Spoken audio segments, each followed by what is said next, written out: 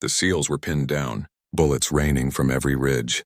Then came the whisper, "Who's firing? Where's the pilot?" And in that moment the mountains trembled. Because Luna's A-10 Warthog was already screaming through the sky, ready to unleash fury like they had never seen before. The mountains clawed at the sky like broken knives. Jagged, cruel, indifferent. Dust clung to the air, the kind that scratched the throat and made breathing feel like swallowing glass. 12 SEALs moved along a narrow path, their boots crunching against shale that slipped underfoot. They were shadows in motion, each man carrying not just weapons but the weight of memory. And Luna was above them, unseen, unheard, circling, waiting for the call she feared might never come. On the ground, Lieutenant Brooks led the column. His night vision goggles flickered with green shapes, the world flattened, stripped of warmth. He hated valleys like this. High ridges boxed them in, leaving no place to run, no angles to win. It was a place designed for death. He touched the broken watch strapped to his wrist. The glass had cracked on his last mission, hands frozen at 03:15. He kept it anyway, a reminder that time could stop at any moment. Petty Officer Mercer, the youngest, trudged at the rear. Sweat slid down his face despite the desert night's chill. Every shifting shadow sent fear clawing up his ribs. He whispered to himself, a habit he had not yet broken. Prayers stitched with panic. Then the silence fractured. The first shot came from the left ridge, a flash so brief it could have been lightning. Ruiz dropped to his knees, rifle spitting in reply. A second later, the valley detonated into chaos. Bullets shredded stone, dirt leapt in geysers, the sound swallowing all thought. The SEALs scattered, diving behind rocks too small to save them, firing at flashes they couldn't see. Brooks barked into the radio, voice steady. "Hammer team in contact.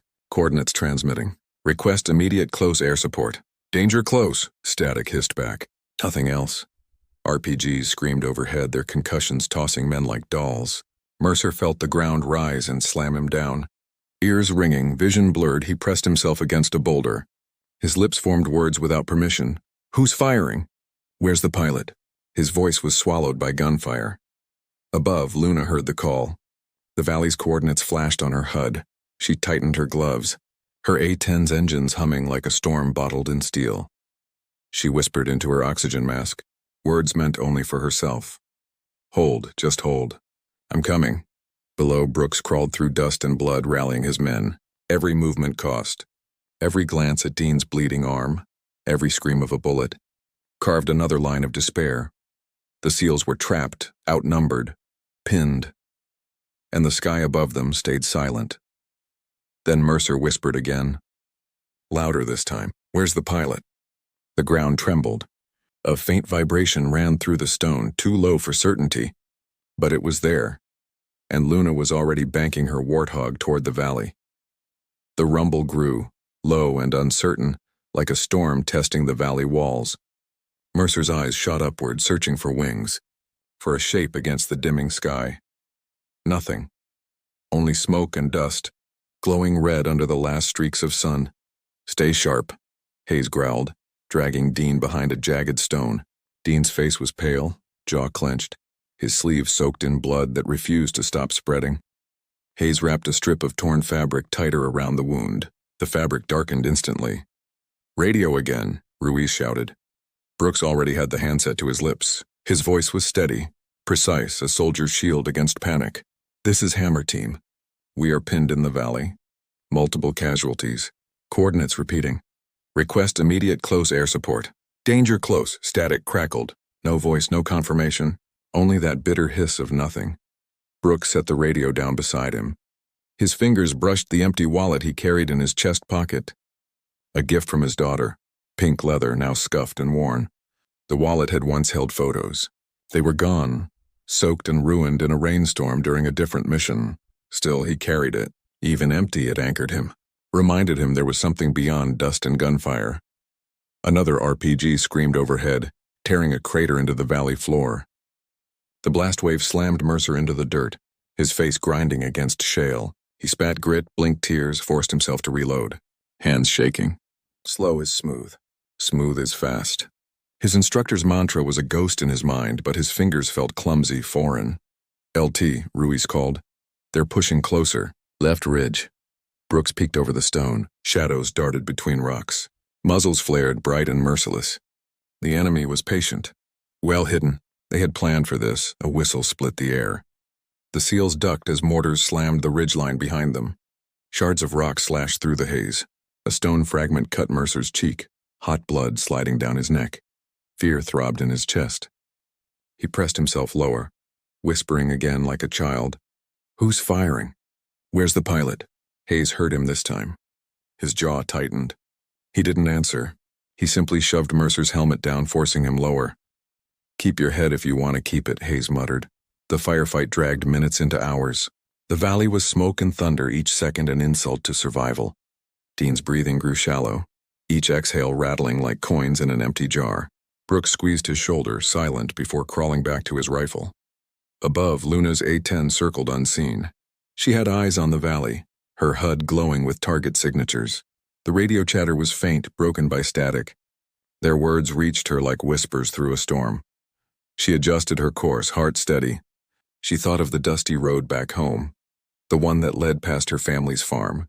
She had driven it 100 times, engine rattling, sun beating down, the smell of earth and cut grass clinging to her.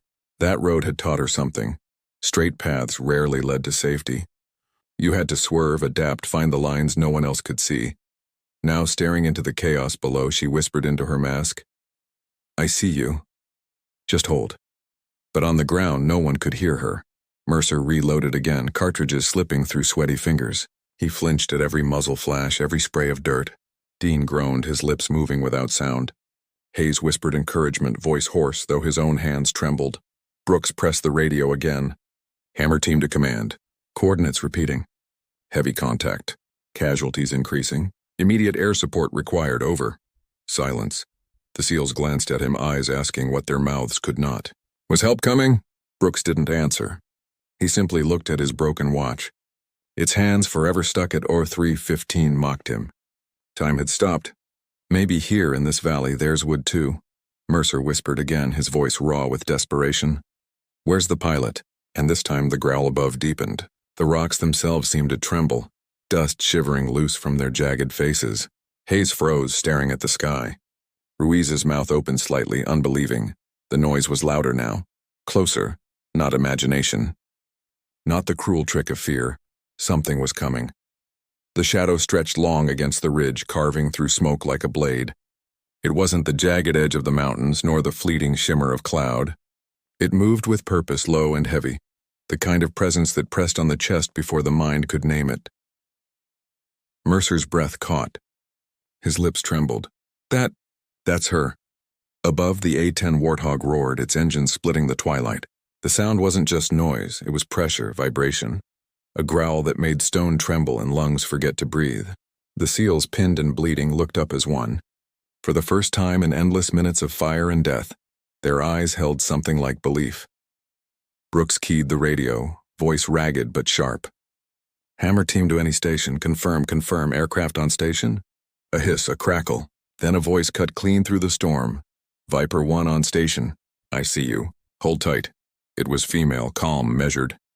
A voice like steel wrapped in silk. Mercer's chest shook with relief.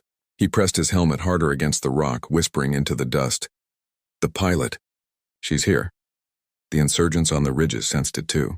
Their fire grew erratic, hurried, as though trying to erase hope before it could take root. Bullets still snapped the air, still clawed at stone, but their rhythm had changed. Panic had crept into the trigger fingers above. Luna banked her Warthog low. The valley unrolled beneath her canopy.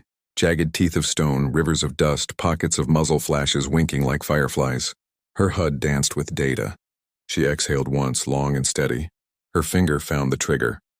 The GAU-8 Avenger cannon roared. It wasn't a gun. It was thunder chained to steel. A torrent of 30mm shells poured into the left ridge. Rock shattered, dirt geysered skyward, and men who had been shadows moments before were flung like broken dolls. The valley became a storm of fire and splintered stone. The SEALs pressed themselves flat against the earth, the sound shaking their ribs. But none of them flinched. This sound was not fear. It was salvation. Dean, pale and fading, lifted his head just enough to whisper, "She's painting the ridges red." His lips cracked into a faint, delirious smile before Hayes forced him down again. Brooks's radio crackled. Luna's voice flowed steady. Hammer team, left ridge is clear for now. Right ridge is still hot. Move 20 meters west. I'll keep their eyes on me. Brooks raised his hand, signaling the shift. The team crawled, dragging Dean, their motions synchronized with the rhythm of her cannon. Each burst above bought seconds. Each pass carved space for life.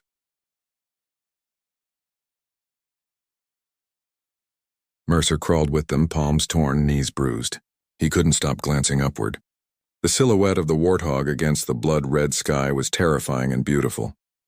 A beast in flight, a guardian. An empty water canteen slid from Mercer's pack, clattering against the rocks. The hollow sound echoed in his skull, empty. Just like his strength felt. Just like the valley had been, empty of hope until she arrived. He clutched the canteen back against his chest, holding it like something sacred. The insurgents recovered quickly. Bursts of gunfire laced the valley again, sharper, angrier. An RPG streaked upward, trailing fire, aimed at the dark predator circling overhead. Mercer's throat tightened. They're going to hit her! But Luna was faster. She rolled, cutting hard, the RPG streaking past her tail. Then she dipped her nose, the cannon snarling again. The ridge where the RPG had launched erupted into fire and stone. When the smoke cleared, silence smothered that ridge. The SEALs stared. None spoke. The air itself seemed to whisper, "She is fury." Brooks dragged Dean forward, his broken watch scraping against stone. Still frozen at 3:15.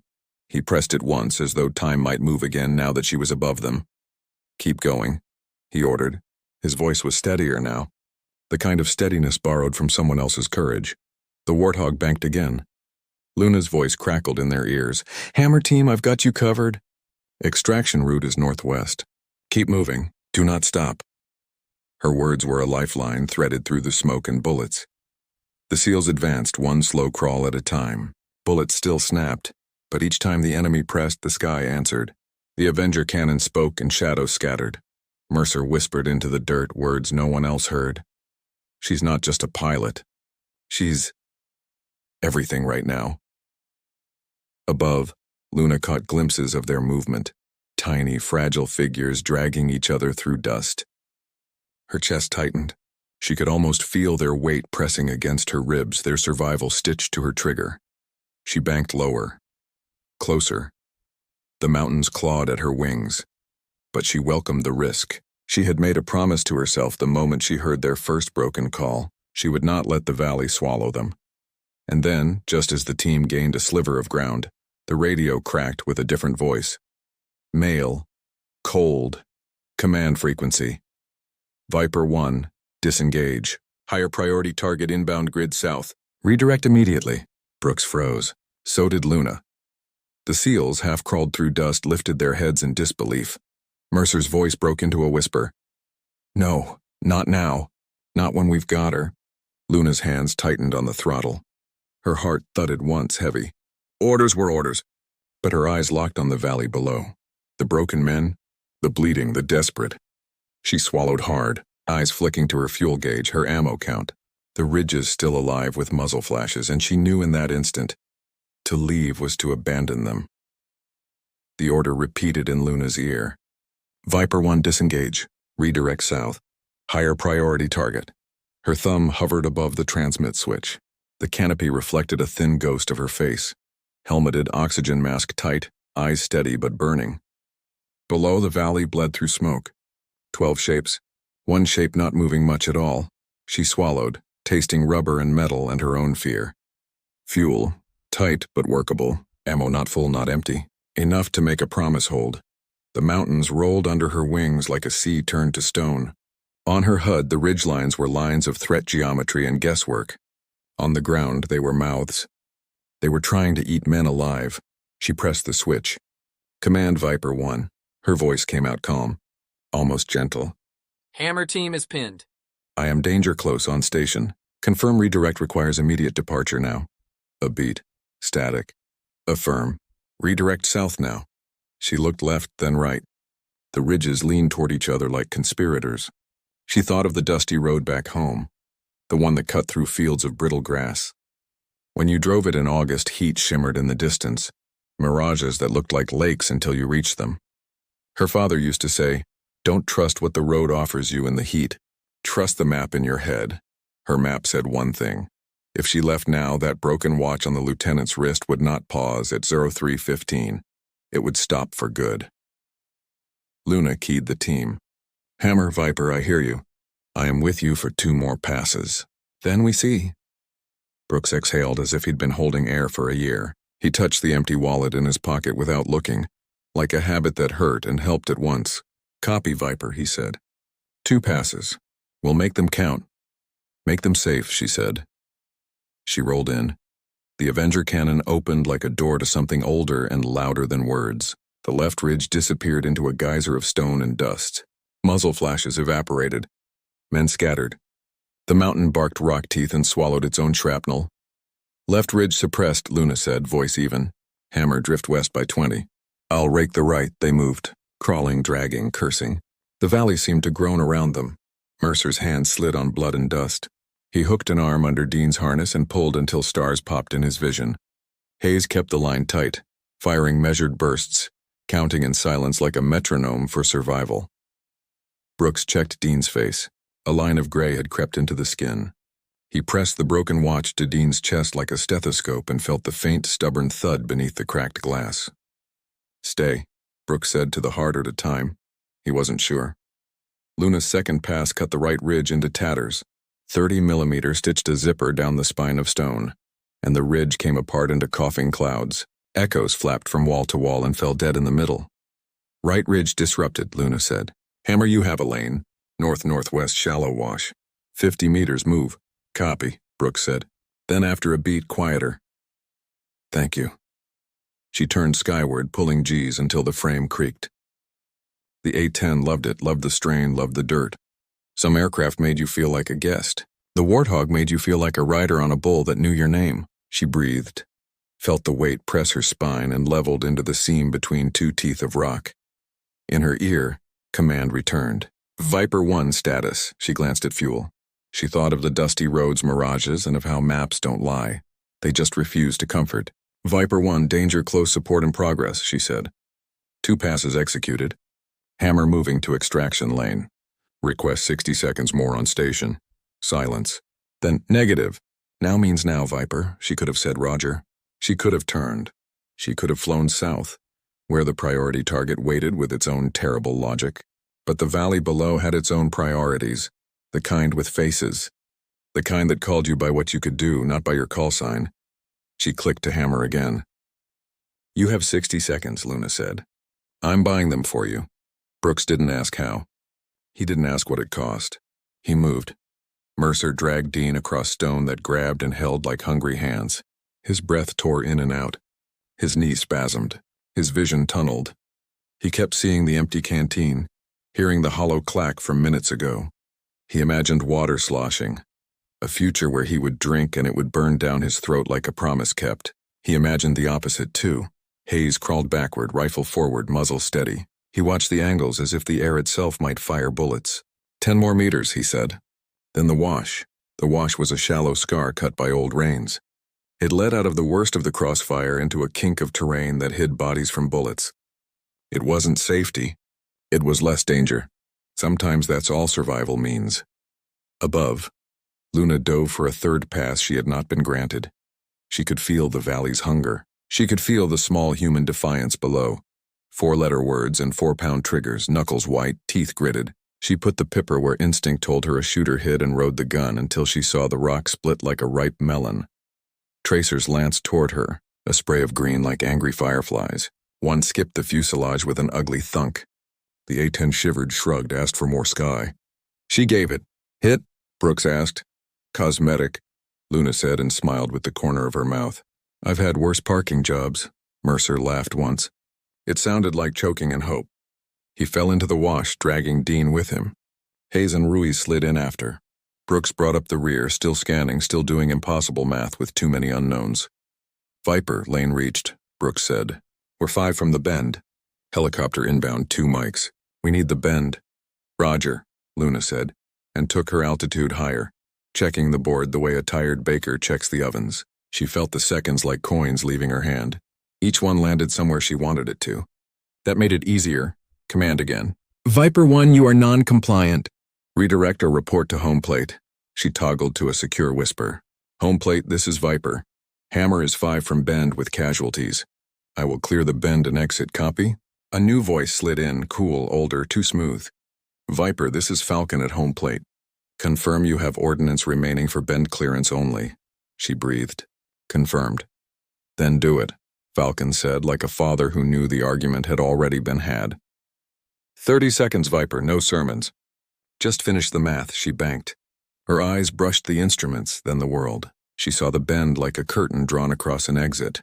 On the far side, muzzles waited, a row of nails in wood. She'd seen this before in other valleys. Other colors of dust. Men always thought they invented ambushes. Mountains always remembered them first.